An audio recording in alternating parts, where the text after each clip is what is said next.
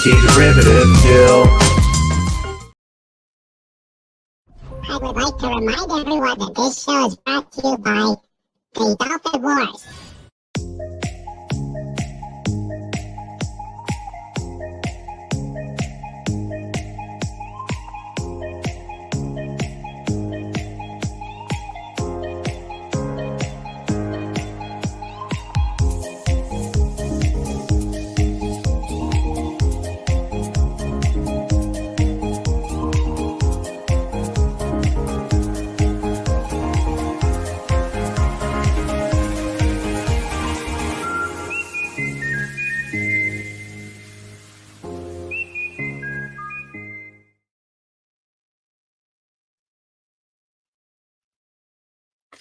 Good evening, everybody, and welcome to King Dolphin Television, episode 264. I am Raymond Feliciano, the author of the Dolphin Wars books trilogy and ruler of the greatest pod on YouTube.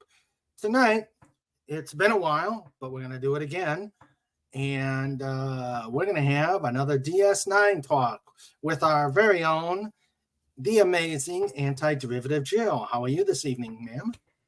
I'm doing wonderful. I had a fun stream myself a little bit earlier, and now I'm ready to talk about tribbles. I even have my own tribble today. All right. Uh-oh, it's angry. Uh-oh, you got an angry tribble. Ah. It doesn't like something. Is there a Klingon? Is there a Klingon walking around?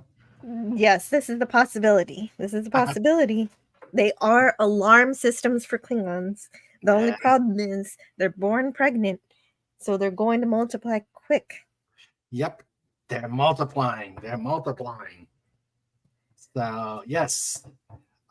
Before we get started, if you like these interviews, these reviews, all the fun that we have, please like and subscribe. Also, if you know anyone I should interview, please get me their names so I can reach out to them.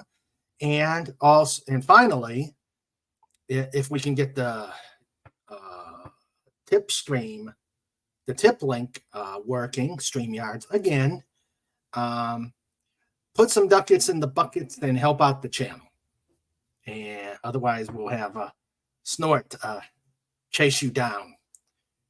So, yeah. So, let's welcome everybody who has joined us. We've got quite a group here tonight. We've got Lord Thoth, Avon Live, and Long Live the Legion. Hello, my friend. We got to get you on to talk Legion. I've got a couple that I want to review with you. We've got Sci-Fi Mombi. Hello, ma'am. How are you? She says, with teeth from Picard. Ooh, the pain. Hi, Sci-Fi Mombi. The pain. And now my amazing wrench team. What's this? Just sit right back and you'll hear a tale of a big space station. They started running low on food and everything was rationed. So, okay, John. And now my amazing wrenches. Oh yeah, that reminded me that I needed to be able to pronounce quadrotriticale, just in case it comes up. Ah, you did. Quadrotriticale. It was from Russia. Yeah. Does everybody know about this but me? Yeah. Let's see. Okay, we've got, remember, this is a Sandra Feliciano production. So we've got my better half, Sandra, here. Love you, honey. And glad you are here. We have John Rendell, who says the writer's room was getting rough. The tiny prop was tossed. If not for the courage of the prop department, the station would be lost. Oh, John's on a roll. John is on a roll. We've got the first one in, the last one out. Legatus Legionii, the troublemaker. He is a troublemaker because the very first thing he says is, "Oh, why don't you talk about the other sequel, the one that came out before Trials and Tribulations? More Yes, he wanted tribbles, it. more Yes, trouble." yes. We except we're using the time travel trope on this episode because I wanted to. I'll explain after we get through the intros. So yes, you're a troublemaker. We got us. Comic says Tribble time. Yep. Okay, we've got. And speaking of which, yes, we've got Comic Relief Crusader. Great to see you. Yep, good seeing you, Mike. And finally, the biggest, baddest, burliest bear on the internet. You know him, you fear him. Who, me? Trouble? Nope, it's no trouble. It's no trouble at all. There, I got the. Let's see. Okay, so the biggest, baddest me. Oh, hey, Trike. He's looking forward to the show tonight too. There he is. He's on his throne. Yep, he is on the throne. And so, biggest, baddest bear on the internet. Snort up the pass. Q-bar. Dot scream. Hashtag roar. Hey, Snort, get StreamYard's act together. All right, let's get the show going. Hey, Sean Carter. Stream Elements not working? Yeah, it's not bringing up the. It's not bringing up the link. Mine was working today. Sorry about that. Yeah, Sean Carter. Hello, Sean. He says, "Sorry, I missed the stream today. I had 5 hours of meetings." Ugh. 5 hours of meetings. That sounds like a lot of sitting around. That's why they call them board meetings. BORED. Yeah. Yeah. It was no meetings today, but a lot of work. So it was there it is. Finally. Let's see. Well, it's good you do have work. Okay, there you go. You could tap on the strip, the tip stream to put some ducats in the buckets. All right, so you're funny. Jill equals Jadzia Dax. Does that make Raymond Nog? No. Hold on a second.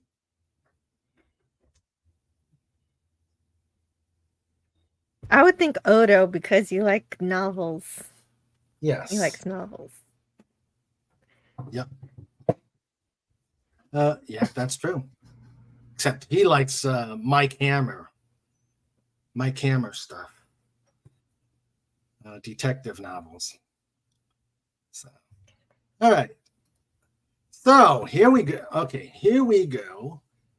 Let's get a bit of a background on this. I wanted to discuss with Jill time travel in Deep Space Nine. We know Star Trek has had time travel before. We're going to see that here. But I think Deep Space Nine has had the hokiest time travel tropes ever in a Star Trek episode. They only had 10 episodes with time travel in them. But, of course, we're going to pay special close attention to one of the best ones. Yes, because you had the two-parter where they go to San Francisco. Yes, that's past tense. And where it ends up that Cisco ends up being Bell in the Bell Rebellion. We had To Little avoid a Green- massacre. Yeah, to avoid a massacre. We had Little Green Men, which was close to a good one, where they go to Roswell. The Ferengis go to Roswell. I forgot how they did that. Did it just they ended up in an anomaly? Was it just an anomaly? It wasn't the orb. It wasn't the orb, no. It was an anomaly, and they actually used a nuclear test to get themselves back. Right. And somehow, I don't remember exactly how that worked. yeah, I don't know either, but yeah, they used one of the nuclear tests. It's kind of one of the funny ones, like Ferengi episodes often are. Yeah. So true, Sean. It existed, but it didn't exist. But if it didn't exist, it couldn't have existed. But it did exist. Clobbering Times. Yes, that is a quote from Clobbering Times. If you want to hear that happen for the very first time, go back into the archives of Saturday Night Star Trek when Clobbering Times and Raquel Briggs reviewed the Deep Space Nine episode. Oh, which one is it? It's the one with the children in the title. Children of Time. Wait, was it that one? Yeah, Children of Time. Was that the episode where or was it a different episode? Now I'm trying to think. I don't. It might have been a different one. Yeah, I don't remember that one when he did it. And then we had the aforementioned Children of Time. Yes, I'm pretty sure it's Children of Time that he says, I exist, but then I don't exist. Yeah, exactly. That's the one where, is that the one where Odo finally reveals his feelings for Kira? Yes. To her. Yeah, to her. Yes, but it's the future Odo who's had time to get rid of his inhibitions. Right. Okay. And then we had one where Molly O'Brien goes back in time.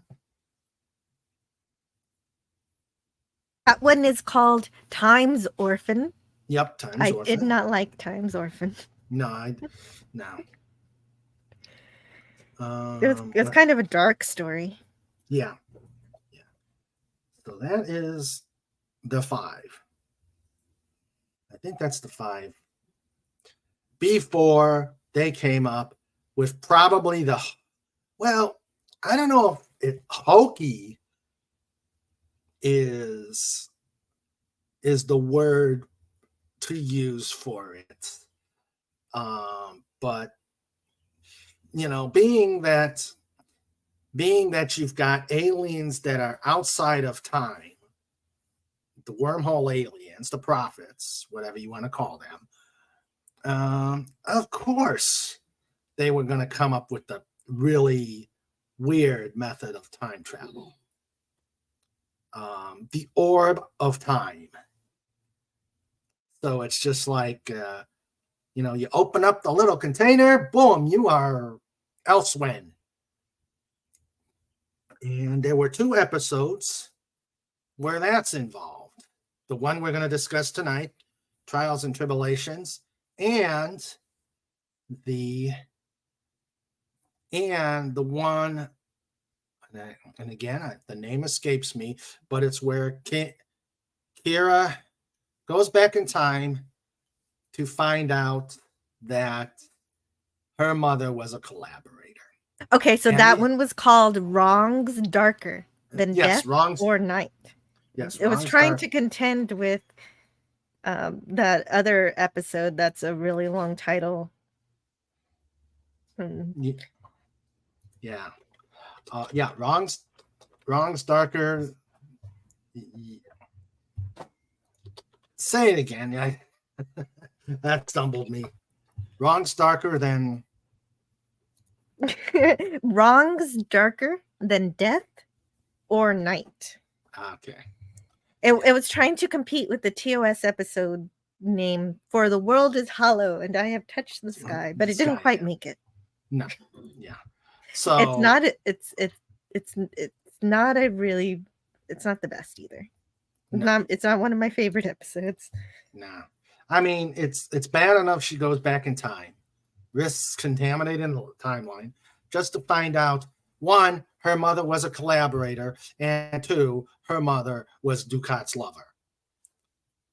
Yeah, it's like, yeah. And another one where Star Trek doesn't need to go so dark, and it's like a prisoner of war kind of story. It could have worked, but for some reason it just digs in on the Stockholm syndrome bit. Yeah. And hello. And it's more like, it's kind of strange. It's kind of like Kira becomes who she was back then instead of who she is as we know her in the present. Okay, that's just what I mean is, like, she became a terrorist again instead of what she is now. Yeah, the honorable person. Yeah.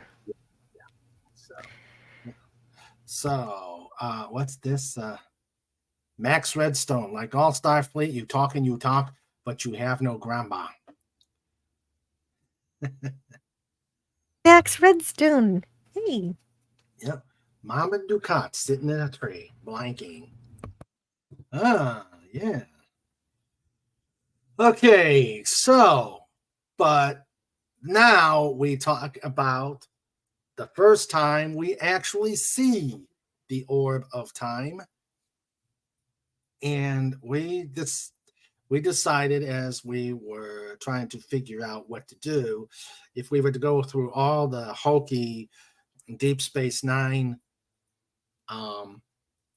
time travel episodes, it wouldn't be as fun as discussing the trials and tribulations. So yeah. This one first aired on November 4th, 1996.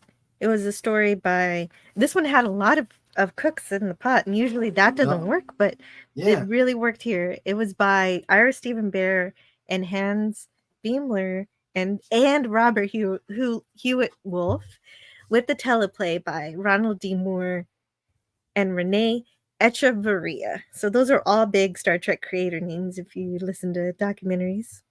Okay, yeah. Now, so let's see if we can do this now.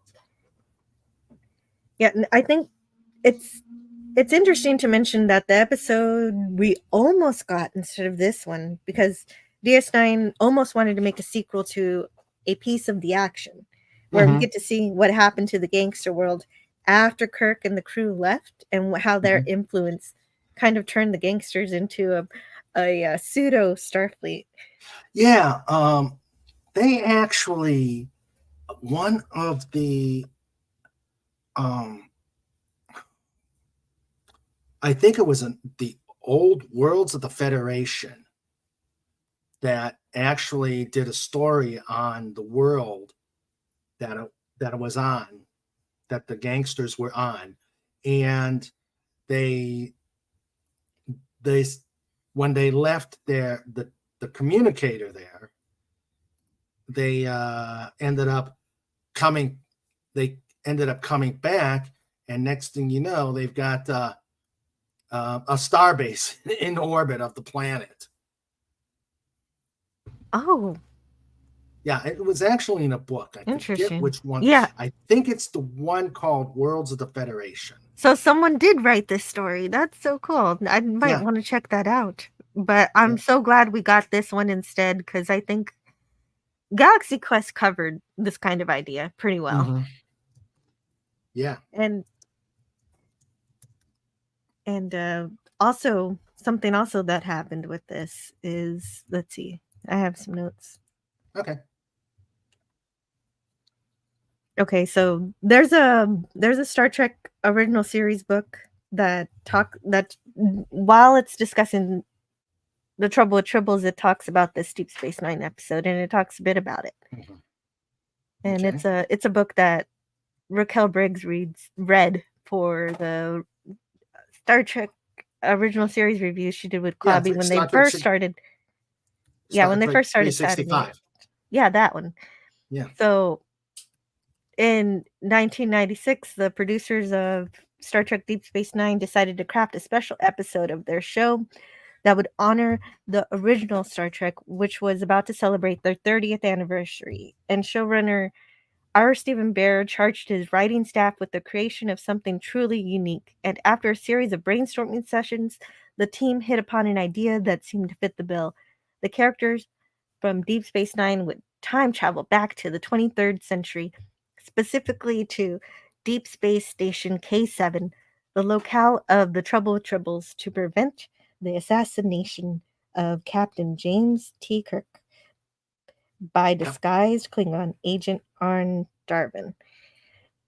And so basically it continues to talk about that. And one thing that it brings up is about Charlie Brill Mhm. and how they accidentally, the Irish Stephen Bear accidentally met him at a pizza place. And because Ira was talking about it and they were talking about it over pizza, and he just shows up. He just walks into the pizza parlor. And it was this bit of following this bit of serendipity, the writers were nearly convinced that their concept was blessed.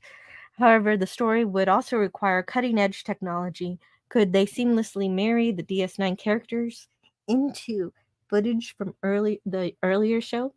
They assigned Gary Hutzel, Deep Space Nine's visual effects supervisor, to conduct a test. Days later, Hutzel arrived at the office to show the producers some footage from an old Trek episode. The producers were unimpressed until Hutzel revealed that one of his assistants was standing near the turbo lift, mingling with Kirk's crew on the bridge of the Enterprise. That sealed the deal, and after being given the budget approval from Paramount, and that turned into the episode, The Trials and Tribulations. So Yeah. I think particularly that's particularly interesting because right now on my channel I'm reviewing Star Trek Continues, where fans have recreated the original series set, and Yeah. they have a lot of love and passion. But I see that same love and passion in this episode where they had to do pretty much a similar thing. Mhm. Now, if I remember right, when this episode came out, Shatner was kind of irritated with it, and they demanded a quote unquote piece of the action. Oh, I missed that bit of drama. What did he say? I guess they Oh, he wanted to be in on it. yeah, he wanted to be in on it. Not Yeah. just a Not just not his just past on self. video. They want Well, you had an older Darvin. Why not have an older Captain Kirk? I guess because he died in Generations. Yeah. So But that would have been the perfect opportunity to bring him back somehow if you wanted to. But that might be its own whole story. Also, I could see the complications with it. Yeah. Well, plus he's written 3 books on his resurrection. Right. Yeah. Oh, or they could just adopt those books as canon, make a mini movie. That is true. Okay, so. Oh, I didn't hear about that. That's interesting. Yeah. Again, that could be like urban legend, but I did remember hearing it when the episode came out on first run. So yeah, that was it was interesting. You can find it's interesting. You can what they did for the 50th anniversary of Star Trek is they took instead of just putting the episodes, having the trouble with tribbles with other TOS episodes, for this special one, they took the trouble with tribbles and they combined it with the other Tribble related episodes. Right, including the animated series. Yep, you've More got the troubles, more tribbles. more Tribbles, and then this one. So you can actually see it if you have the DS9 full series. You could see it. You could see it at two spots. You see it on the Deep Space Nine one, and then you see it on the original series set. Then is it true that this is the only Deep Space Nine episode that's been kind of put into HD? I don't know if it was remastered, but it's in HD. I know the full set is on Blu-ray, but Deep Space Nine is not on Blu-ray. Deep Space Nine is only on DVD. On DVD, right? But so it's not. But the Tribble episode is on a Blu-ray, I think. Okay, is that right? Am I correct or wrong? I'm not sure. I'd have to. I don't have the Tribble set. That's the problem. Does anybody have this set? It's in the 50th anniversary. Mhm. So if you get the original, the 50th anniversary set of Star Trek of the original series, it would be there. And I highly recommend that set because not only does it have the original series, it includes the animated series and the 6 original crew movies. So I highly recommend it to anybody who doesn't have it yet. So, okay, so there they are. Well, the temporal investigators are always on time. Mm-hmm. Yep. Dolmer and Luxley. A takeoff on the X-Files. Yes, anagrams. Those names are anagrams. If you switch the letters around, you get Mulder and Scully. Yep. So definitely, he wants. Yep. But and they look just as deadpan. Well, and that's how you know if this were a closed loop. So they even say it right away. This is not a predestination paradox. This is not a closed loop. So right away this is more of a malleable timeline kind of thing, where you go back in time and you change things. Yeah. Agent Pepsi 1. How are you, dear? Yeah, how is the chat doing? Hello, Agent Pepsi 1. She says, I downloaded DS9 in high resolution, 1.09 gigabytes the episode. This is a good point for me too. I got to take care of something, and I think you have some chat, so I'll be right back. I will do that. Okay, so let's go. Let's see. Let's see. Hello, good day, Bruce. Welcome. First time you've shown up here. Hope you enjoy the show. Let's see. Oh, that's cool. Snort ran a sequel to A Private Little War for their Star Trek role-playing group. Things had progressed into World War I level technology. Okay. Let's see.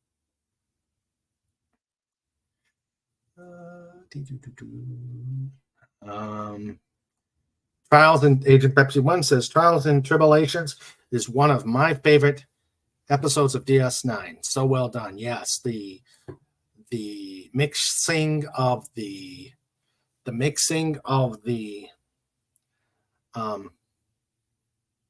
two episodes was just so seamless, and the dialogue was great. The writing was fantastic. An excellent episode. Okay. And hello, DJ Play Nice. Welcome. You on there? Okay. All right.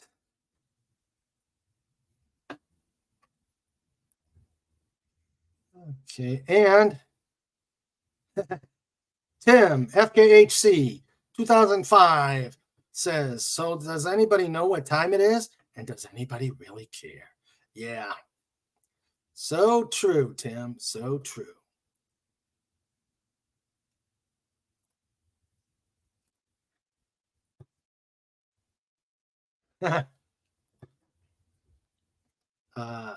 I believe it's 25 or 624. Okay. Okay, I'm looking to see if there's.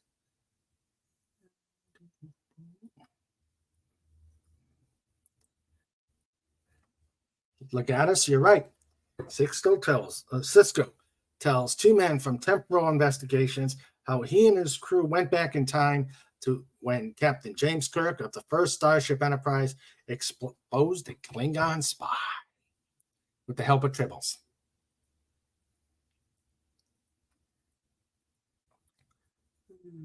Okay.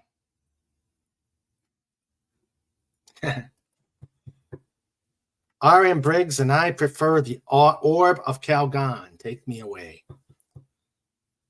Snortopupus says, Trials and Tribbilations ranks up there with the Siege of AR 558 and In the Pale Moonlight as my favorite DS9 episode. Oh, yeah. That In the Pale Moonlight is definitely my favorite. I liked Siege of AR 558, but yeah.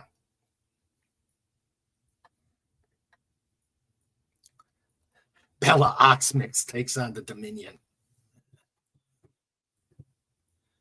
Okay. The Starbase, Al Capone. Or was that Machine Gun Kelly?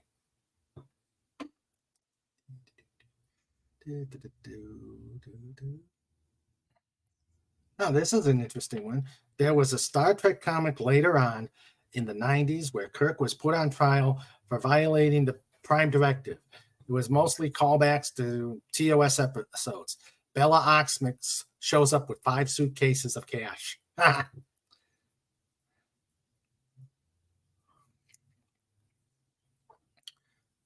Okay.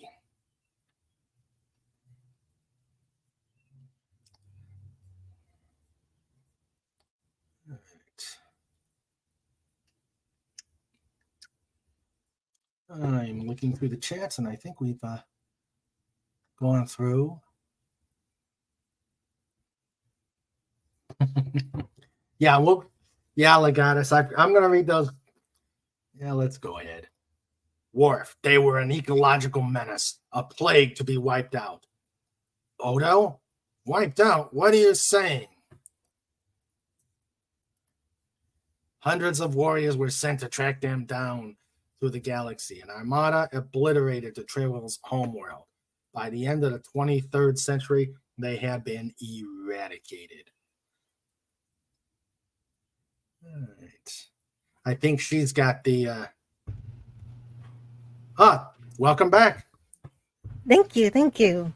All right. Well, so we know that it's a malleable timeline because the Starfleet officers need to take all necessary precautions to minimize any participation in historical events. Mm-hmm. And it's also said that the orb of time shouldn't be used for this purpose either. So this episode does introduce that concept that this orb just happens to send you back in time somehow. But I guess it kind of, the prophets do not acknowledge past, present, future. To them, it's all one thing. Mm-hmm. So it's interesting. It's possible. It's interesting that they'd want to communicate with their followers in this way. Yeah. Maybe they kind of maybe they could have found a way to fix any since they live outside of time they could have found a way to make sure that any glitches were fixed. Right, there's some kind of paradox repair kit in the orb. Yeah, This would drive Captain Kennedy crazy. It Hello. would. It already, well, it already has. Yeah. Hello, Scotty. I think I've told him about this episode one time. Hello, Scotty R37. Hi, Scotty R37. How you doing? Okay, so I guess you've got the control for the screenshots. Yeah, those two just look so deadpan. They're just like Mulder and Scully. So there's the orb. Which one's is which though?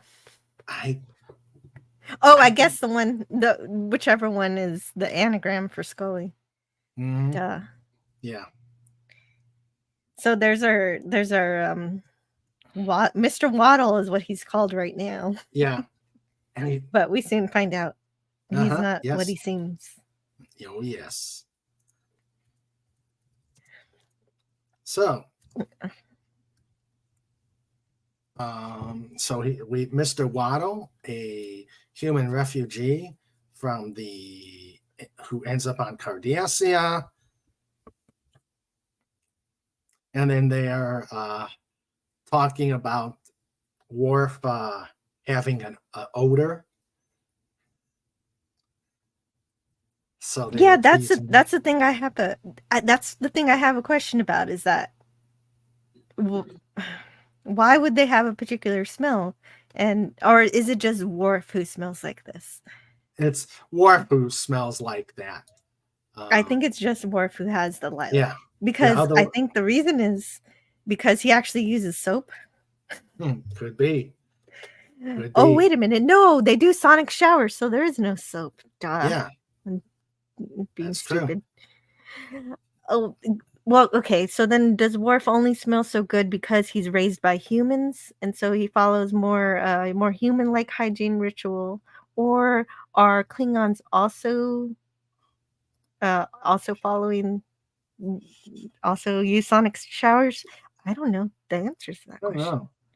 I mean, Waddle said Klingons stink or are foul smelling. Yeah, but he is a Klingon. Yep, that's true. He is one of the ones we don't talk about. Phantom Outsider says the prophets are allegedly non-linear. However, they never took advantage of this, i.e. had the prophets tell Cisco something that turns out to mean something years later. True. They always had to keep Cisco on not knowing. Right. Yeah, they were full of riddles. Mm-hmm. Scotty says Jadzia grooms her man. So there's the magical chronoton radiation.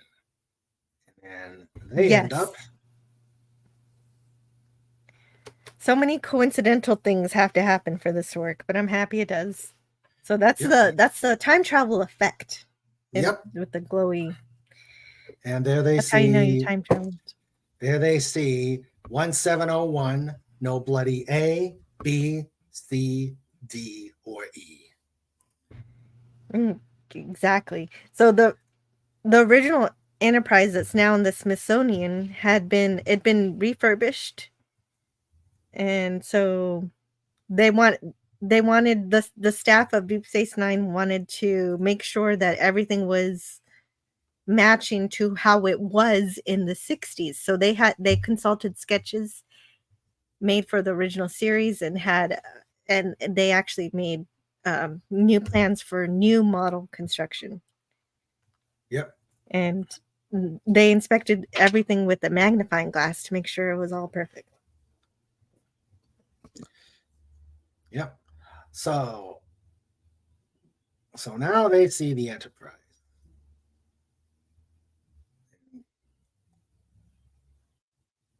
Okay. Which Enterprise? You just explained that. Yep. And then they come back and say his ship. Yep, It's Charlie Brill on Darwin. Yeah, they're little. They say something. I don't think I got the clip for the screen cap for it, but they say that Kirk had 17 temporal violations. Yeah. Yeah, 17. They called him a menace. Hello, Gary Ambrosia. Oh, hey, Gary's here. Hello, Gary Ambrosia. How are you? And we've got even though Kirk only went back in time like 7 times up until this point. Yeah. So if there were 17 violations, there must have been multiple infractions within each of the time travel things. Yeah. They never see what all these violations are. Yeah. But of course they never, obviously, since we didn't see a full 5-year mission in the original series. So. Oh, you think they're adding adventures that don't exist. Exactly. Hello, Matt G, alias Taylor Swift. Matt G. Yeah. Hey. Okay, and there they are. Yes, space station. K7. I like how they made the, the details. The remasters are really good. They paid super close attention to that. And then Odo basically describes the entire plot for the Trouble with Tribbles. And apparently Kirk foiling Darwin's plans made him an outcast after the episode. So after the events of the Trouble with Tribbles. So older Darwin has decided to steal the orb. He's already done that. To change history and kill Captain Kirk. Yep. Definitely malleable. And of course, they wipe the logs, so they have to do it the hard way. Get into the right. They don't know where this what's going to kill. Yeah, where Darwin is. Right now they're just looking for Darwin. Yeah. And they're getting into costume. And the uniforms of the time. Right. It obviously science remained the same, but Bashir is mixed up at the switchover of command and operations. Yes, those are switched. Yeah. And yeah, he says, I'm a doctor, not a historian. Yeah. And then we get one of the better lines in the show. We've got command wore gold, operation. Well, it's probably and women wore less. Yes. And Dex does a little dance, a little twirl or something. Yeah. Karaoke. Yeah. Yeah. And she looks really great in that dress. Oh, yeah, she does. Really beautiful. And she's got the beehive hairstyle. Yeah. Snort says. And no spots. No spots, yeah. Because they don't know about the trills yet. At least how prevalent the trills are. Jadzia in the short dress. Yummy. Right. They do know about trills because McCoy met Emily. But it's how prevalent were the trills there. Right. I think the reason why they remove her spots is so that she doesn't stand out. Yeah. Because an alien on the ship. Oh, wait. That's different. Yeah. Okay. And then they're getting ready to be. They know it's going to be a bomb, so they're looking for a bomb. And there they are on board the Enterprise.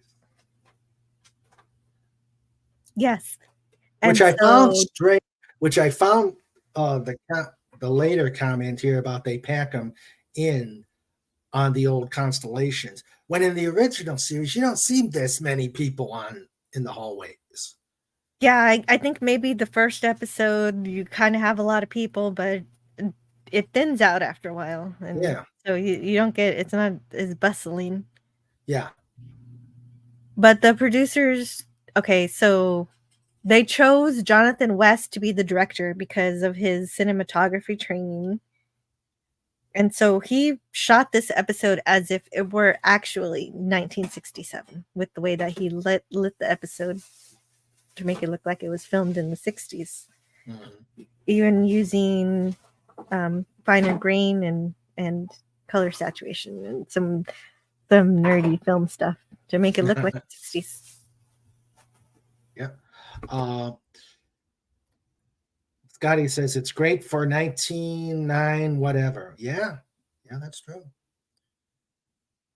And there they are, beaming on board and have no clue how an elevator works or turbo lift works. That's such a fun. I think that's just such a fun element of this episode is how they don't know how to use classic technology, especially later on, when Cisco doesn't know how to use a communicator. Yeah. Paramount Zeta has a good point. Remember back then, Curzon was likely going off the Federation ladies in those uniforms. The female Dax who met McCoy met him before he finished med school. True.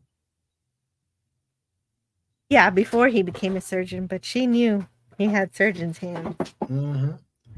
And Phantom says, probably everyone involved in DS9 wanted to walk the corridor of the Enterprise. Mm-hmm.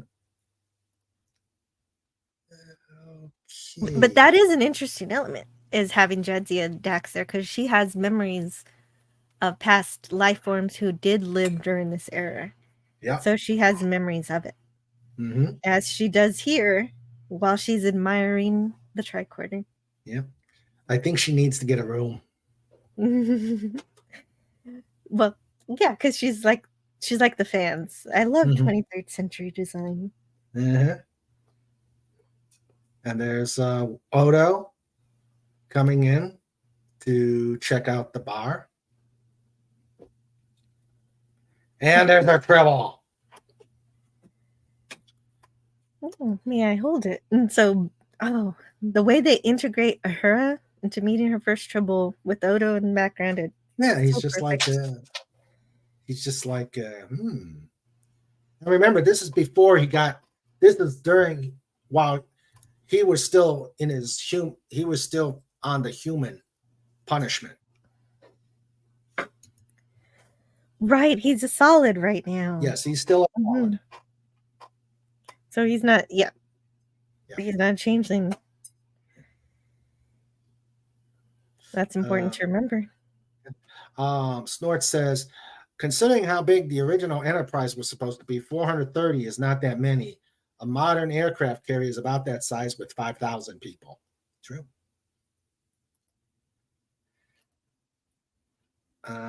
Let's see. And there's God, I love that beauty shot. It's gorgeous. They work so hard on it. But O'Brien may be chief of operations on Deep Space Nine, but he sure has trouble understanding the circuitry of this Enterprise. Yeah. And it's fun to see them out of their element. Yep. See, that is the real trouble for the universe, the terrible Tribble.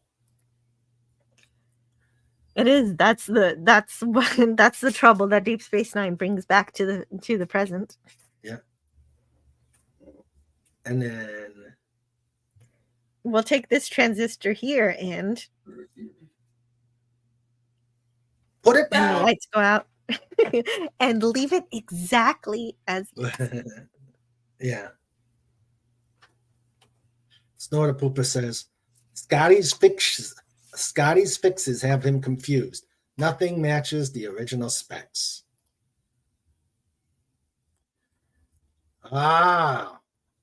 Worf has found a tribble.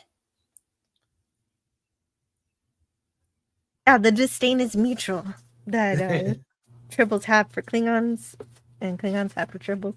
And so Worf tells about how the Klingon Empire eradicated the tribble homeworld. They were the mortal enemy, which Odo thinks is funny.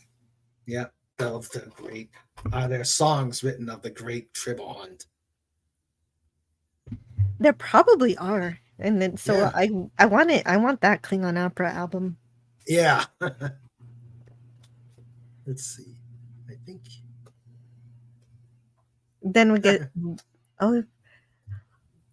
Hail chat. Release the glamours. Hail to more tribbles, more troubles. Release the glamours or some polar bears, since there's a lot of tribbles that need eating. Oh yeah, the glamours are cool. The Yeah. Klingons invented the glamours with the genetic engineering. Yes.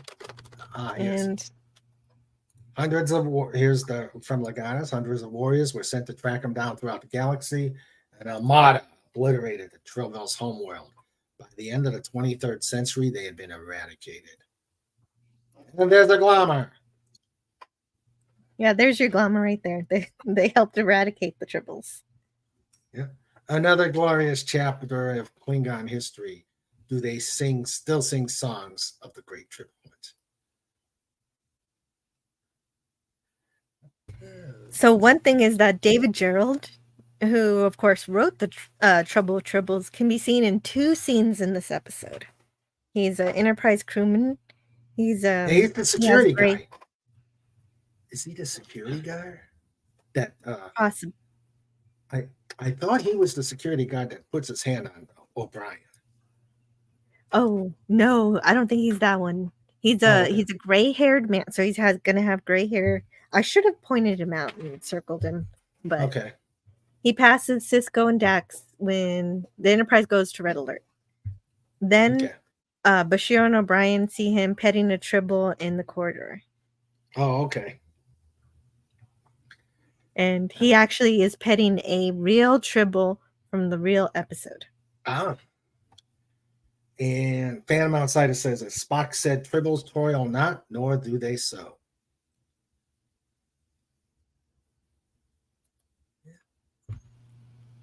He also claims that they have no effect on him. I don't believe him. No, and there's the tap of the and Dax is enjoying that. Yes, he tries to tap his uniform communicator. That doesn't exist. Yeah, it doesn't exist. As of yet. Yeah, she's enjoying herself way too much. So, and here is the very first time we call the Klingon battle cruiser a D7. Yeah. And ever. I didn't realize that until I looked into this episode. I thought it was always a D7. I didn't know that this is where the idea became canon, or the background of where it came from. Gene Roddenberry recalls in The Making of Star Trek. So there's a book called The Making of Star Trek where he says, I went to the stage one day and they were all ready and waiting for me because they knew I was really exhausted from some long rewrite sessions. As soon as I walked up to the set, Bill and Leonard blew a scene, but they blew it on purpose and began arguing very violently. Bill was shouting at the top of his voice, Leonard, what do you mean saying this is a D7 Klingon ship? It's a D6. Leonard shouted back, no, you idiot. The D6 has 4 doors over here, and the D7 only has 2. Bill immediately shouted back, no. It's the other way around. You've got it all wrong. Yeah. And so while all of this is going on, I'm standing there, beginning to get frustrated, watching the minutes tick by and mentally counting the money we're losing in expensive crew time. Because the cameras aren't rolling, And as the argument continued, I'm thinking to myself, what are they talking about? They've gone too far. Then I remembered, thinking that I should remember which is the D6 or the D7. Finally, I couldn't stand it anymore, so I walked in between them and said, "Come on, fellas. It really doesn't matter. Let's get on with the scene." And then the whole crew broke up laughing. This was their way of saying, "Hey, time is not that serious. Relax a little."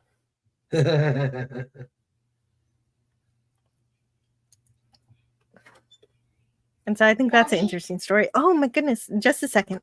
I need to step away for a minute. Okay. All right. Okay, there it is. Gary and Bro. And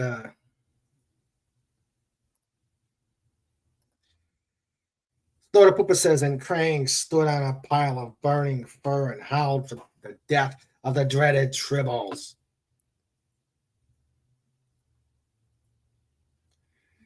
And Spock said, tribbles toil not, nor do they sow.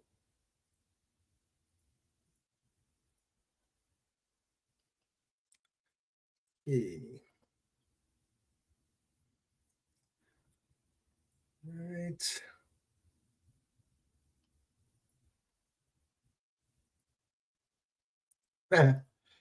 The D6 has 2 doors, the D7 has 4, the D5 is a convertible. Cool.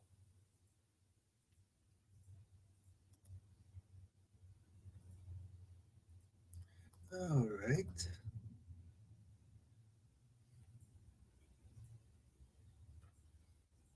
I wonder what a tribble looks like under all that fur. I don't think anybody tried shaving one.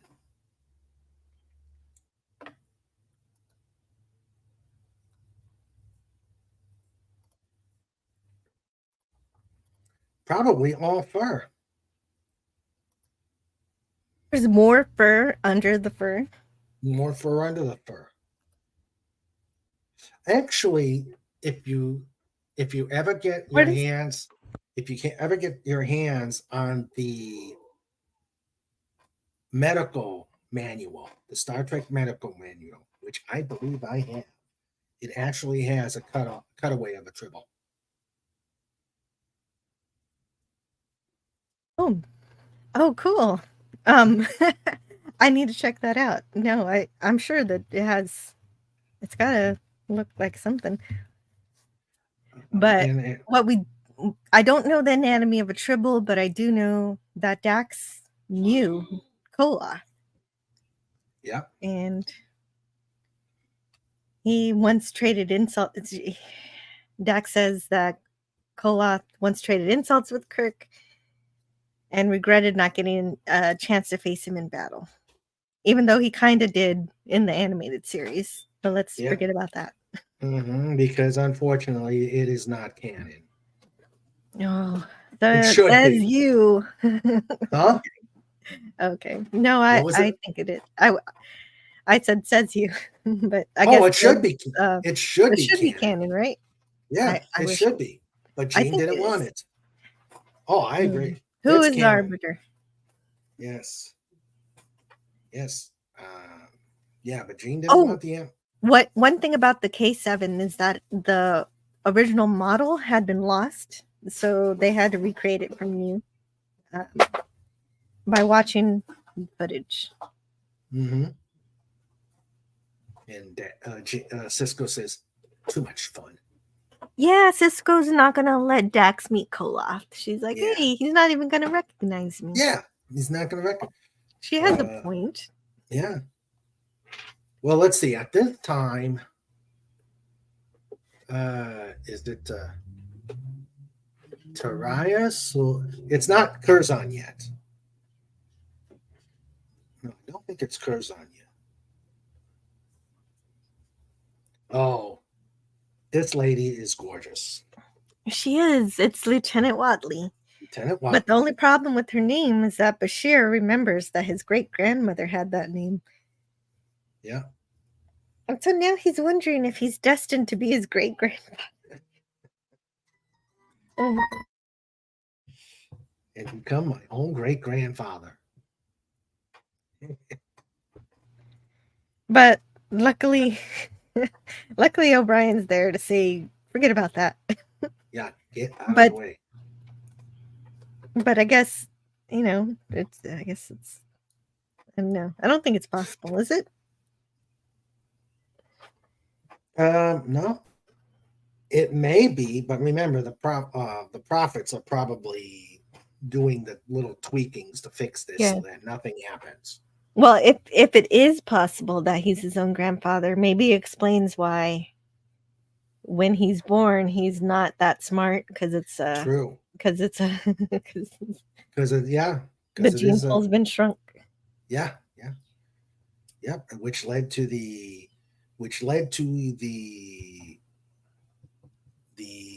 genetic engineering, and I still think, even though I don't think they ever mentioned it, he deliberately blew the final exam. Oh yeah, he did. He does mention it. I think he admits to it. He did that on purpose. I don't remember where that was said. I know in the early things he missed the question, but since the big reveal, I never saw where he actually said I screwed up on purpose.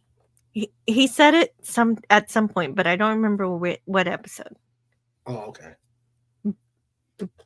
But this is one of my favorite quotes. He's so much more handsome in person in those eyes. And Cisco says Kirk had quite the reputation as a ladies' man, but Dax says, not him, Spock. Mm-hmm. And so one of the ways that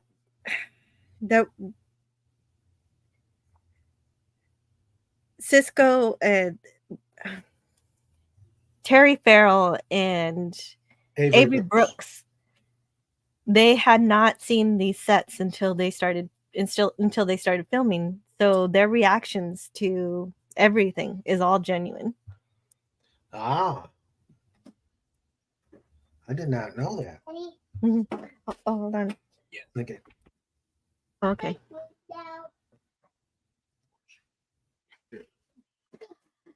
I actually like this part here where Cisco gets the history incorrect and he wants to ask Kirk about fighting the Gorn on Cestus 3 when well, I guess they did kind of have sort of a skirmish. I don't know. But of course we know Kirk fought the Gorn on the asteroid and Cestus 3 was where the Gorn attacked. Right. But I guess the crew were on Cestus 3 for a little while. That's where they got their tinnitus. Yeah, where they got ambushed. You could just blimp down.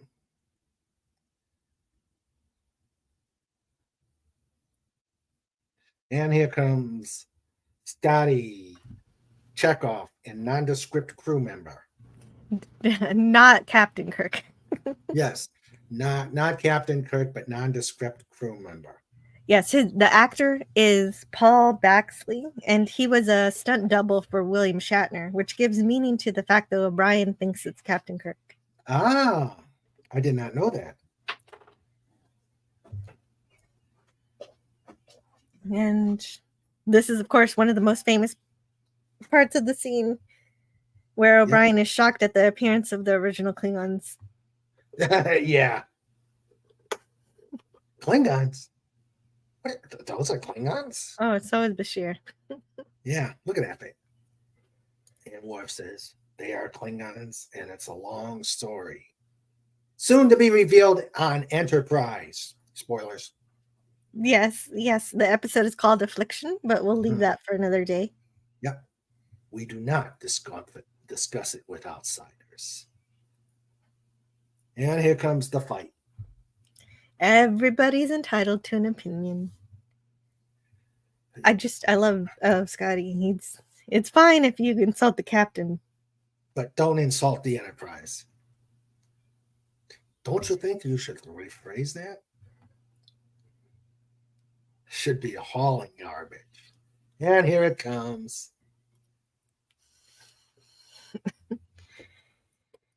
Yes, I meant to say that it should be hauled away as garbage. Pow.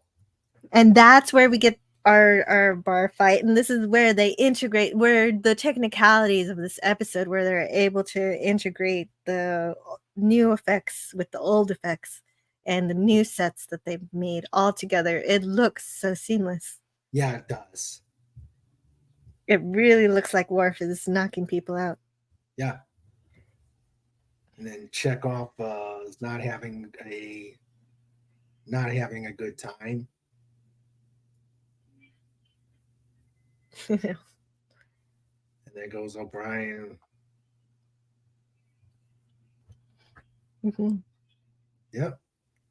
And this is the second time Worf gets to see Scotty, since of course he first saw him during Relics. Mm-hmm. Yeah. And there goes Tribble Guy.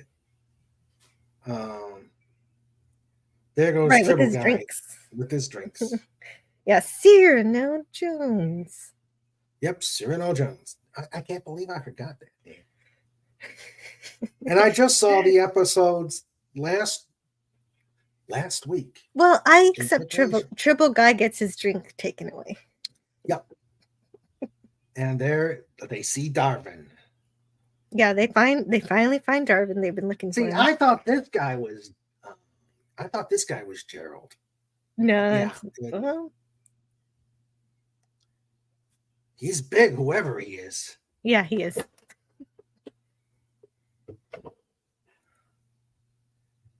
Well. So. And there they go. Huh? Oh, okay. And here he tries to explain the ultimate timeline right now. We would have been the first one to notice if there was anything was different. Yeah. Why do they always say that? Yeah. And here comes the lineup. Yes, this is where Chief O'Brien gets to lie to Captain Kirk. Uh-huh. And he's so proud. He's so proud having lied to Kirk. That he wished that Keiko was there. Snort says, security officer ox. Yeah, he does look like an ox. And there they are. The Tribbles. All the over Tribbles, the place. Yeah. They're infesting. Uh-huh. And back to the Defiant. Mm-hmm. I love this. this They line. find Darwin. Kurt's head in one hand, a Tribble in another. Yeah, that's going to be his statue because the Klingon statues aren't so great. So he's going to make a better Klingon statue. Yeah, Kirk's head in one and a Tribble in the other. Yeah, this is basically the part where they're still looking for the bomb. He put a bomb in a Tribble? He put a bomb in a Tribble. This is how we find that out. Phantom Outsider says, what is odd is that in a fight, Bashir doesn't use his enhanced strength, not like anyone is watching.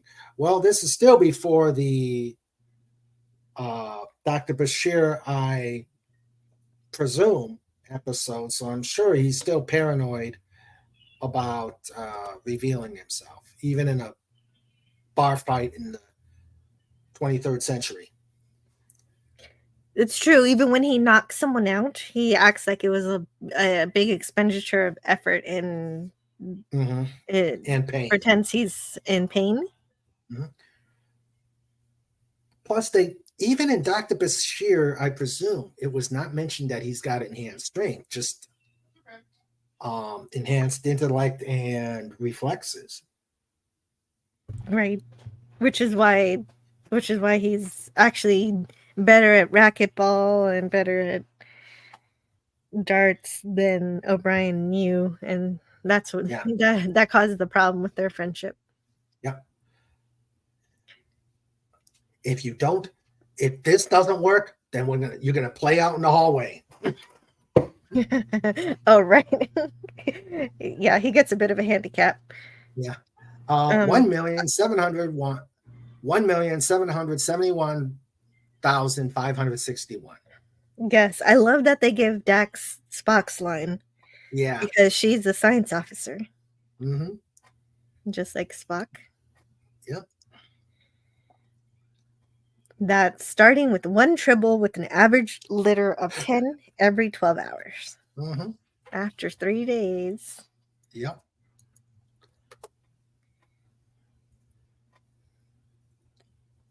And so we finally get to the bridge of the Enterprise, which they recreated for this episode. Mm-hmm. Yep. Parts of it. Yep. And she's just looking at him saying, Yeah, she just shrugs at him. Yeah. It's really quick. It's really subtle, and it looks like it's happened. Mm-hmm. And they're using internal sensors to try to find the bomb. Yep. Dax is enjoying bending over the console way too much.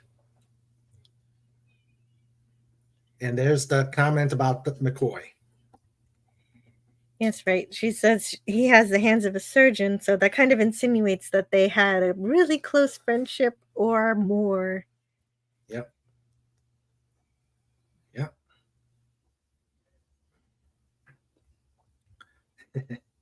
My only question about this is why they couldn't also use the sensors from the bridge to scan the K7 station.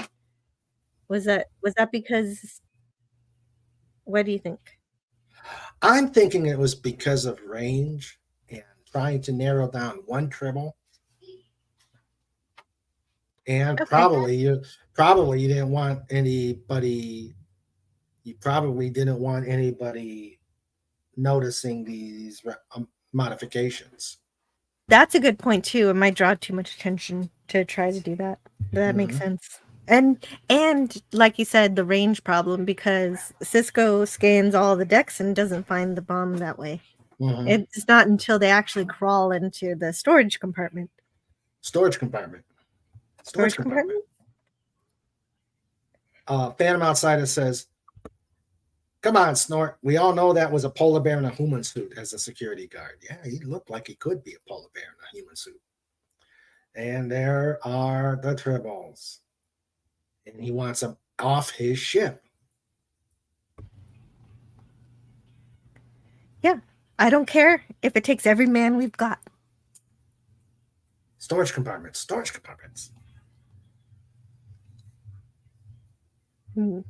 Yes, and that's how Dax and Cisco know to climb down into the storage compartments. Yeah. And here's where they find out that the grain's poisoned. Yes, most of the tribbles are dead.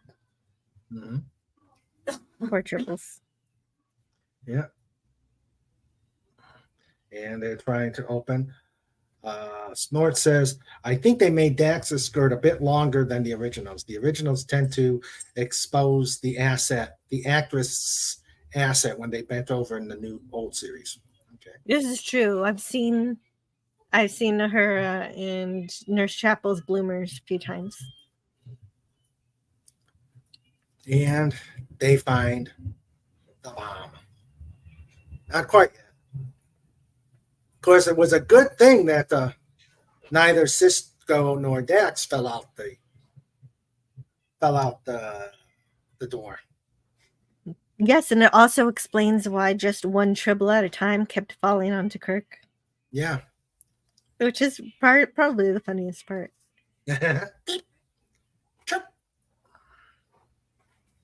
And so they beam it out. They beam the bomb out. Oh, right. Yeah, this is the 1,771,561. Yeah.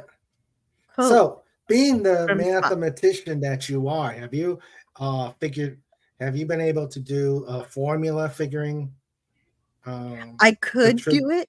I haven't done it. I should do it, and I should I should do it. I'm sure it's out there too. because it's going to be an exponential formula, obviously, because population growth goes in exponentially, grows exponentially, and especially so for tribbles. That's true. And yes, yeah, I could definitely figure it out, but I did not do that for today. I should Okay. have. That's Sorry. okay. That's okay. So I liked William Shallard. I remember seeing him in the Patty Duke show. Yes, I'm dating myself. I don't even know what the Patty Duke show is. Oh, it was the Patty Duke show. Had Patty Duke play both Patty and her cousin Kathy. They played twins. I guess the first time they've ever tried that. Oh, okay. Where you do like a split screen. Yeah, split screen. They find a bomb and beam it into space. Yeah.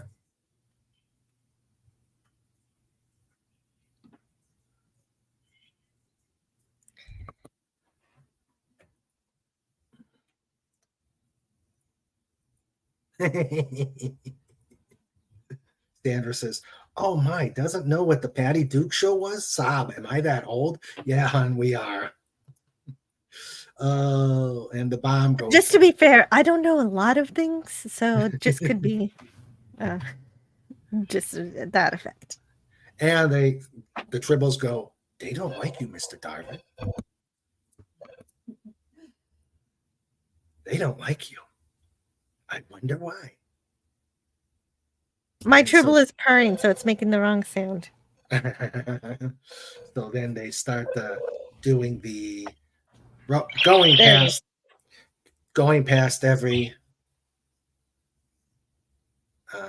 go past the trip Klingons, Spock, and discover that this man's a Klingon. He is a Klingon. And so Major Kira figures out how to bring everybody back with the orb of time because she's the best. Yeah. But then mischievous Cisco decides to meet Kirk. Yeah, saying he's been on temporary assignment and he gets an autograph. Yeah. Yeah. And of course, look, the time guys would have done it too. They understand. Yeah. And there was no harm. For now. At least from what they can tell. Yeah. But what Cisco doesn't tell the time cops is they brought the Tribbles back. They brought Tribbles back. They brought an extinct species back to life. And what are they going to do about it now? The Tribbles just now exist again. Yeah. And I think that Tribble likes Quark. Yeah. Well, and this is the only time we get to see Quark, and he doesn't have a line. Yeah.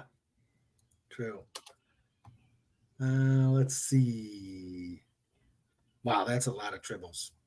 Mm-hmm. We could build another station. Yeah. Let's see. This episode was also nominated for a 1997 Hugo Award for Best Dramatic Presentation. It was nominated for 3 Emmy Awards for Outstanding Individual Achievement in Special Visual Effects, Outstanding Art Direction for a Series, and Outstanding Hairstyling for a Series. Mm-hmm. Yeah, every one of the women had the beehive. Yeah, except that. Oh, there's the end of my slides. Okay. Let's see. Phantom Outsider says, "Look, McCoy was a med student. That Dax was a gymnast. McCoy probably gave her a therapeutic massage, and she was a footnote on his book of comparative physiology, probably with a special thanks to McCoy." Oh, I love that idea. That is good. Yeah. That is nice. That is a nice way to look at it. Okay, so Emily was when Bones was a med student. And So Emily was a gymnast. and Emily just was a gymnast. I remember right.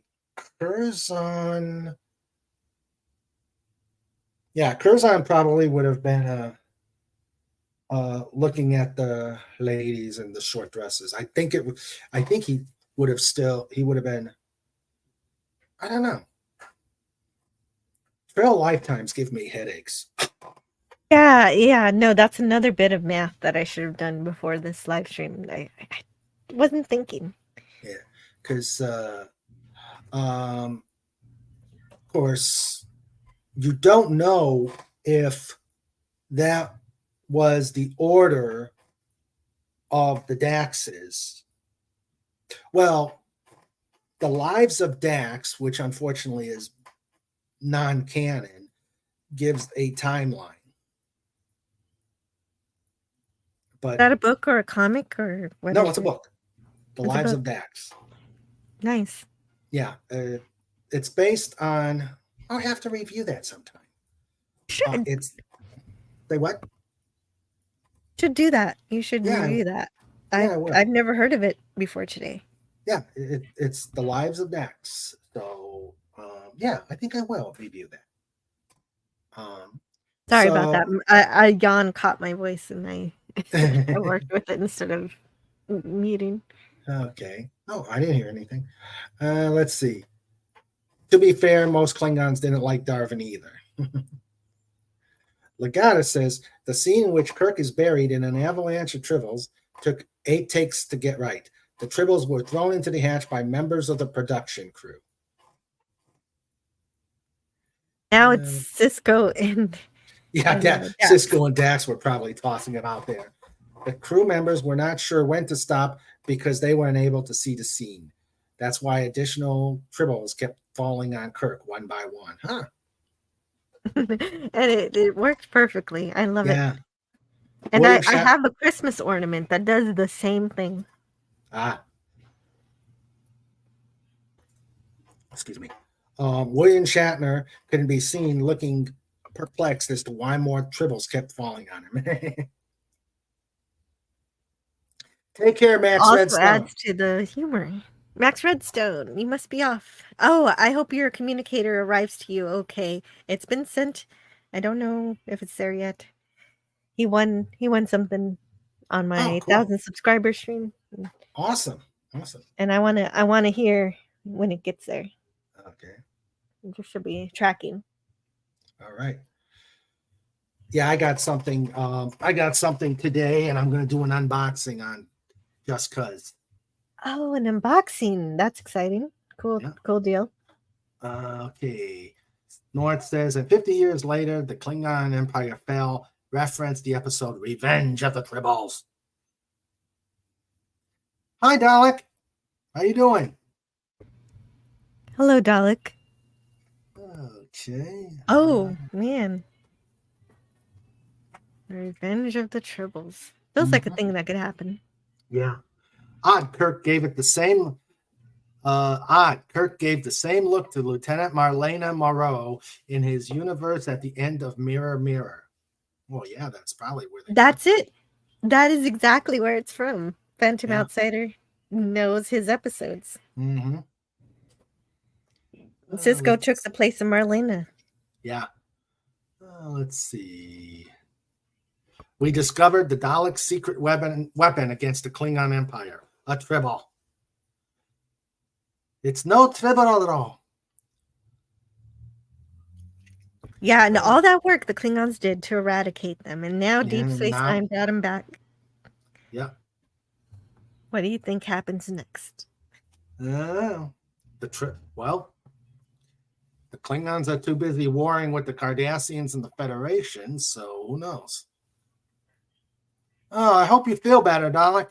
Ooh, hard to talk. Ow. I've been there. Okay, Phantom is... Okay, so McCoy became Chief Medical Officer of Enterprise and 2266, and Curzon didn't get joined until 2286. So yeah, that sounds like it would be right, because that was right after Psycho Trill. Duran. Oh, thank you, Phantom Outsider. I didn't know those dates. So yeah, Duran was Curzon's predecessor. Oh, is that that's the one that commits murder? Yeah, that's the serial killer. So if he met Lady Dax pre-med, figured 2256 or so. So Lady Dax had a fairly short life after meeting Bones.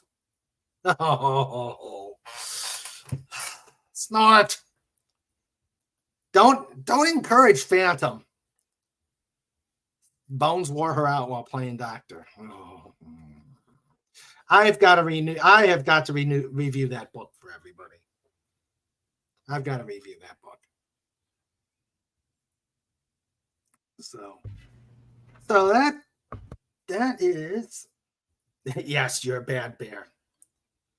So that is Trials and Tribulation. Great, one of the great episodes of DS9.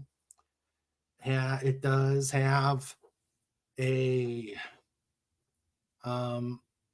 it has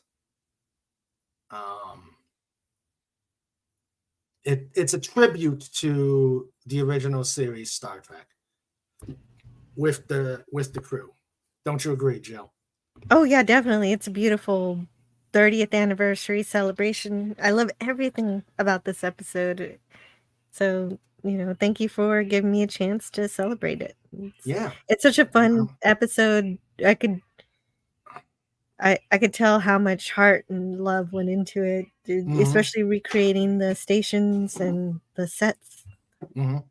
They even wanted to go further with the music, but they couldn't quite get all of it because this was a really expensive episode. This was they saved money in other Deep Space Nine episodes in order to make this one. Yeah, just the effects are enough. Right, because they have to remake everything like it's a whole brand new show. Mm-hmm. Because who knows where the sets were? We know where they are now. They're in New York. Yeah. What about says, I mean, in 30 odd years, Dax had 2 hosts. Yep. Yeah. Ticonderoga is where they've got the sets out, and actually, I don't know if Star Trek Continues use the sets, but I know the other fanfic series used those in New York. Oh, yeah. I don't know what they did with these sets. Yeah. I know there's one in Georgia that is Star Trek Continues. Okay. The Mignana yes. series. Yes, Vix is in, and they even though they're done making Continues, fan films are still using those sets. Yeah. So they're not going to waste. Yeah. So there's actually 2 locations. The other fanfic done by James Cawley, and I forgot the title, but the Cawley series uses the sets in New York. So there are 2 sets. But there's so much wonderful fan fiction. I'm glad you're going through the fan fiction, Jill. Mm-hmm. Yeah, I'm at least going through Continues, and maybe I'll look at some more later. Yeah, you got to check out Hidden Frontier. Oh yeah. Okay. Yeah, I liked it. It's post Dominion wartime. And Oh, wow. Okay, that's kind of cool. yeah, So it's they did what we actually want real Star Trek to do, which is to go into the future. Mm-hmm. Yeah, and it That's actually great. went about 6 series, and it brings back some old TOS villains. It brings back the Tholians. It brings the Kelvins. Oh, from the Andromeda Yeah, galaxy. Ooh. yeah. You got to check it out. Oh no, do they turn people into No, dodecahedrons? no. I'm not going to spoil it too much, but I thought I'd at least get you to look at it. Warning Well, I'm the intrigued. yeah. I'll send you the link for the page. I'll send you a link, and you can start looking at it. Okay, so this is our review or look at the trials and tribulations. DS9's probably best attempt at time travel, and a celebration of the original series. I thought it was great. So Yeah, it's one of my favorites for sure.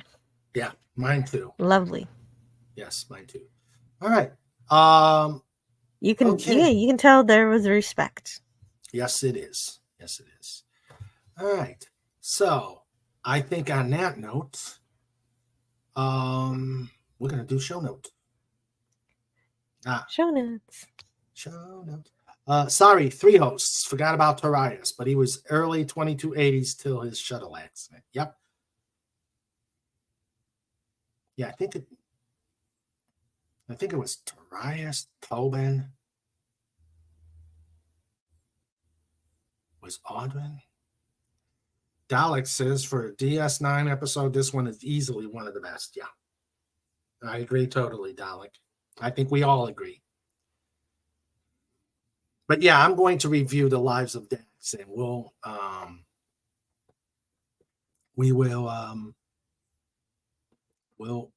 find out more about her. All right, so now show notes. Where is it? Right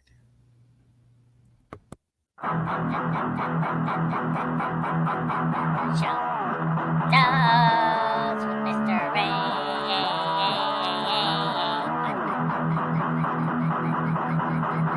Show notes with Sandra too. Mr. Raymond, push the button.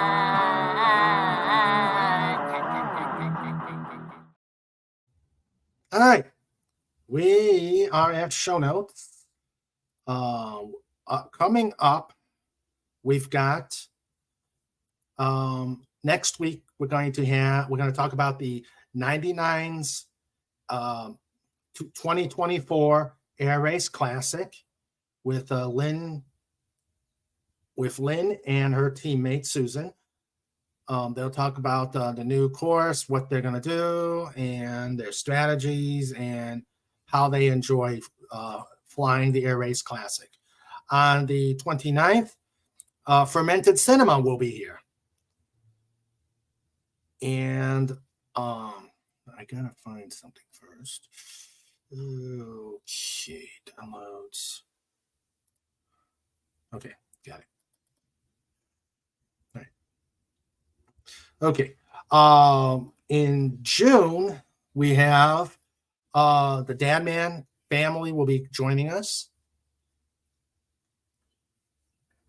and for an interview. And Awesome. Yep. Snortapoopa says, take care of every human, dolphin, doggo, Dalek, ferret, eagle, hedgehog, and tribble. God. Yes, he remembered the triple. He remembered the triple. Oh. And okay, there he is. Okay. And And of course, the big event coming June 22nd. What can I say? One word. Hold on. PodCon? PodCon.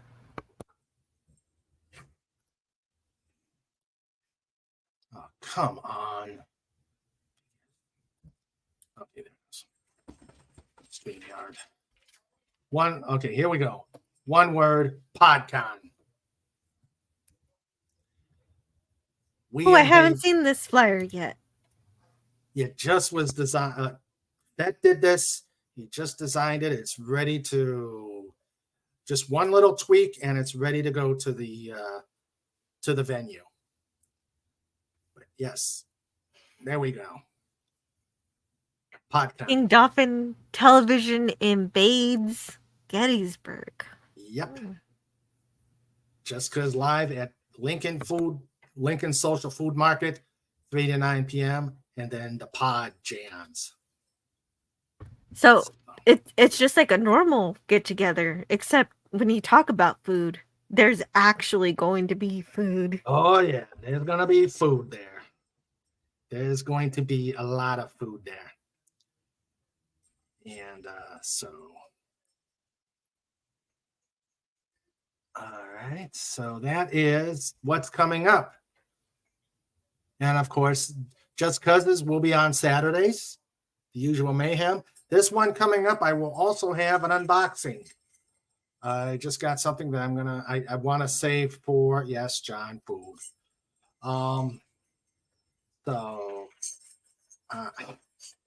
Okay, Snort, food, glorious food. Yep, food. So that is what's coming up. Just Cuz will be on Saturday still. Like I said, there's going to be an unboxing this Saturday. I just got it in today, but I want to save it for an unboxing Saturday to show everybody. So, all right.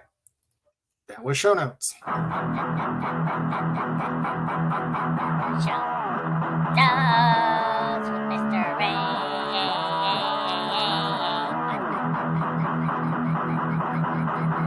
Show notes with Sandra too.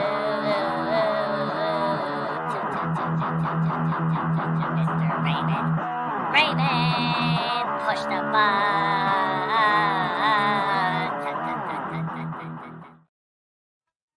All right. Jill, what's going on in your channel coming up? Well, this Friday, I'm going to talk about Escape from New York. Ooh. To celebrate one of my co-hosts' birthday, PvP, which also coincidentally happens to be today, which is also Doomcock's birthday. Yeah. Yes, if you go to Pop Culture Breakdown, make sure you wish him a happy birthday. And then on Tuesday, I'm going to continue talking about Star Trek Continues. Okay. The White Lilac and Divided We Stand. So I'm going to cover 2 episodes. Oh, okay. And that's all for now. It's going to be fun. I do like Star Trek Continues. That was their mirror episode was outstanding, and their conclusion was awesome. But I won't spoil it. Yeah, please don't. I usually don't mind spoilers, but I want to see what happens. Yes. So yes, those are 2 good episodes, Jill. You'll enjoy those. I already covered the mirror one. So I just need to wait. Yeah. Did you like that one? Yeah. Oh, it was amazing. It was really great. I actually really liked the Lolani episode too. I think it was very like it is extremely Star Trek. It was in the way it presented its messaging without being overbearing. It was beautiful. Good. All right. So so Jill's got coming up with stuff on her channel. Please go check her out. Check her channel out. Sorry about that. So Snort says, great place to escape from. Kurt Russell plays great in those escape movies. I mentioned that on my live stream, and somebody in the chat said, I already escaped New York. Or actually, they were on the panel.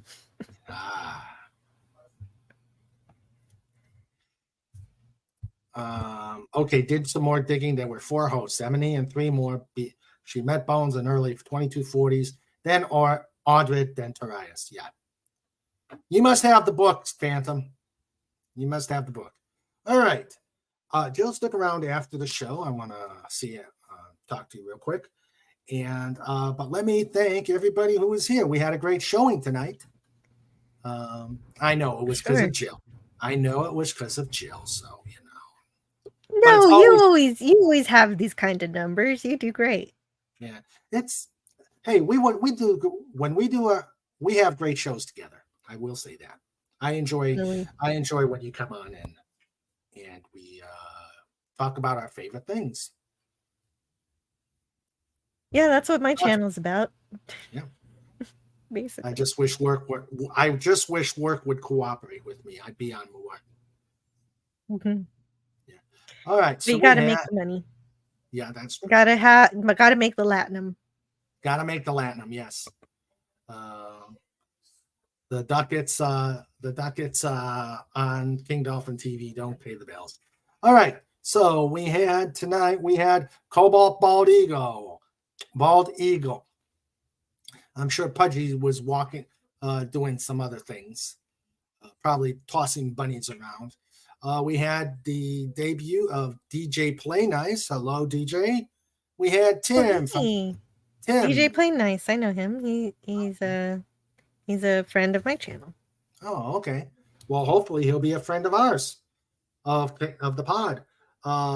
FKHC 2005 was here. We had the great Gary Ambrosia, who probably had to go to pop culture. We had Good Day Bruce. Welcome, another newcomer. Let's see. He's new to me too. I haven't met him before. Yeah.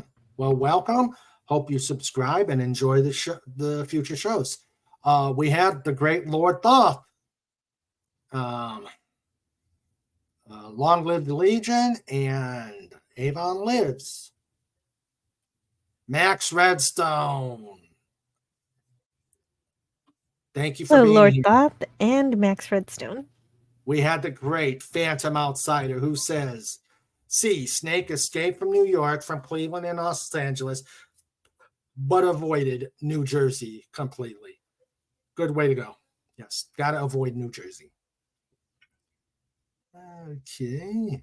We had the wonderful Sci-Fi Mambi, the great Scotty R37, the fantastic Sean Carter, Matt G, Taylor Swift, greater than Disney, Star Wars and MCU and Doctor Who. Yeah. He's going to override YouTube's algorithm just by his name. So, I want to see how long he can make his name.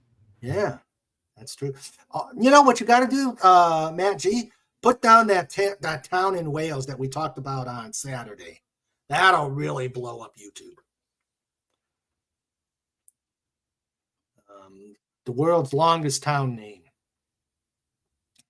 that I can't say because I dislocate my tongue. All right, and now the amazing wrenches.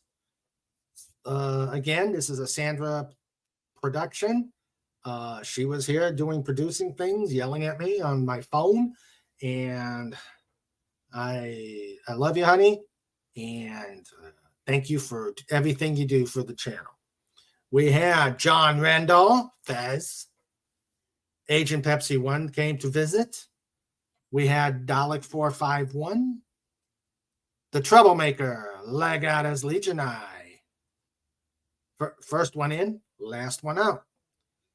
We had the Comic Relief Crusader. Thanks for being here, Mike. And, of course, himself. Okay, no trike sighting. Snora Pupas! Q-Bar. Dot Scream. Hashtag Roar. Great show. Always like talking about tribbles. They're yummy. He eats them whole, but also, I'm sorry, truly, Goddess, that we didn't quite make it to talking about the pink tribbles. Yeah. Or the monstrous-sized Tribble. The huge Tribbles. One that They're breaks up huge. into lots of tiny tribbles. Yep, that's true. And drives and scares off the glommers. Run like the Roadrunner. Yeah. Meep, meep. Jan says, hail trike. All right. Well, thank you very much, everybody, for being here. And thank you, Jill, for help for co-hosting this show and talking about the talking about trials and tribulations. And it's always a pleasure when you visit here. Welcome. It was my pleasure to be here. I'm glad we could cover one of the most important Deep Space Nine episodes. Yep, indeed. And there's the link to Doomcock's Pop Culture Breakdown. Oh, yes. Pop Culture Breakdown. Go talk about Looney Tunes. They can talk about other stuff, but Looney Tunes. Looney Tunes, yes. And see you all Saturday. Yes, see you for Just Cuz on Saturday. The eclairs will be hot. Night all. Night.